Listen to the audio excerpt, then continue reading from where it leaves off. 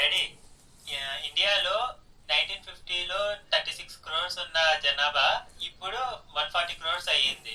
ఇలా పెరుగుతూ పోతే భూమి వెయిట్ తట్టుకోగలదా? ఆ లెక్క ప్రకారం పోతే ముందు ఉన్న పక్షులు జంతువుల సంఖ్యకి ఇప్పుడున్న పక్షులు జంతువుల సంఖ్యకి తేడా చూసుకో ఎంత ఉందో. అప్పుడు ఎక్కడ చూసినా పక్షులు జంతువులు అన్నీ ఉండేటివి. ఆ బరువుకి ఇప్పుడున్న బరువుకి పెద్ద తేడా ఏం లేదు. అప్పుడు చనిపోయిన పక్షులు జంతువులే ఇప్పుడు మనుషులుగా పుట్టి సేమ్ అదే అడవులు ఆక్రమించుకుంటూ పోతే ఆ అడవులోనే ఇల్లు కట్టుకుంటూ ఉంటున్నారు, అంతే తేడా. పక్షులు ఎంత ఉంటాయి డాడీ? చిన్నవి కదా, అంత వెయిట్ ఏముంటది దాంట్లో? పక్షులు ఒకటే చూడకూడదు, పెద్ద పెద్ద జంతువులు అంతరించిపోయాయి కదా.